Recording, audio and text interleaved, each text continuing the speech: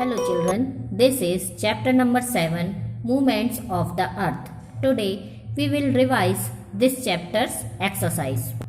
So let's see the first question, fill in the blanks. The Earth completes one rotation in blank hours. So the answer is 24 hours. The Earth completes one revolution round the Sun in blank days. So the answer is 365 days and 6 hours. Third, day and night occurs due to the blank of the Earth. So the correct answer is rotation. Now fourth, Earth gets heat from the blank. So the correct answer is Sun.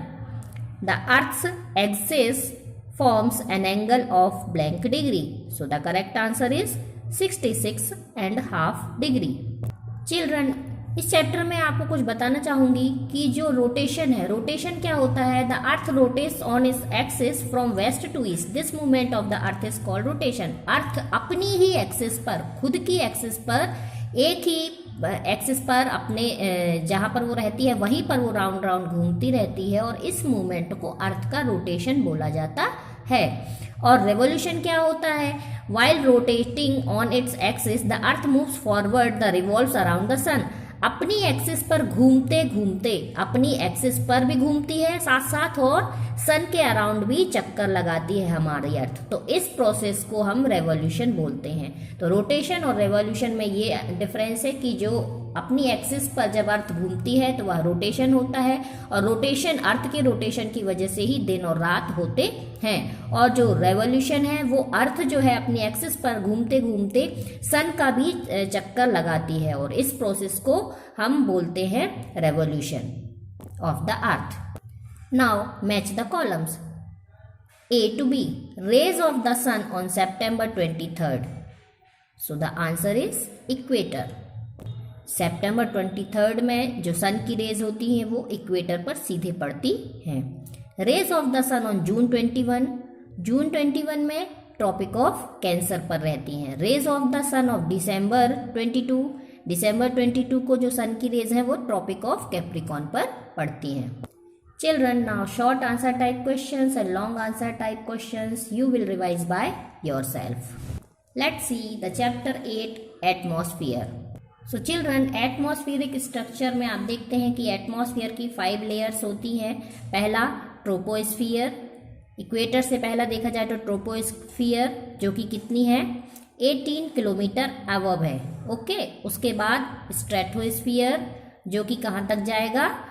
Stratosphere जो है वो हमारा 50 kilometre जाएगा, लेकिन बीच में जो है ozone layer आ जाएगी. 50 किलोमीटर पर क्या है? ओजोन लेयर है. ठीक है ना. और 32 किलोमीटर तक जो है वो हमारा स्ट्रेटोस्फियर है. उसके बाद मेट्रोइड्स वगैरह ये सारे यहाँ पर आने लगते हैं. इसके बाद है फिर थर्ड लेयर जो है वो मेसोस्फियर. मेसोस्फियर जो है वो कहाँ तक है? इक्वेटर से फिर 80 किलोमीटर अबव. और इसके बाद फिर उसके अबव जो है वो थर्मोस्फियर आ जाएगा. वहाँ पर आयन लेयर है और वो कितनी है? 400 किलोमीटर तक है इक्वेटर से. और इसके बाद लास्ट में फिर एक्सोस्फियर हो जाता है. Now let's revise the exercise. Choose the correct alternatives. In which year of the atmosphere does weather phenomenon take place? So the answer is troposphere. Second, which gas is found the most in atmosphere? Ozone, oxygen, carbon dioxide and nitrogen. So the correct answer is nitrogen. Now fill in the blanks. Ozone gas protects the earth from the harmful blank rays. So the answer is ultraviolet rays of the sun. Now second, blank is a life-giving gas for humans. So the answer is oxygen. Next, temperature is found constant in blank layer of atmosphere. So the answer is stratosphere. Fourth, electrically charged particles are found in blank. So the answer is thermosphere. The atmosphere extends to a height of blank kilometer from sea level. So the answer is 1600 kilometer. Children, here is given the short answers and long answers, so you have to revise these by yourself. यहाँ children एक बात और important है, equator से जब हम troposphere की height measure करते हैं तो जो पोल्स पर रहती है, पोल्स पर जो हाइट है वो एक्सटेंड है 8 किलोमीटर टू 18 किलोमीटर इक्वेटर पर है, और पोल पर जो है वो 8 किलोमीटर है। तो इस डिफरेंस को आपको समझना होगा, जो पोल्स पर है वो 8 किलोमीटर है और जो इक्वेटर पर है वो 18 किलोमीटर है। Children, in the next video we will revise chapter number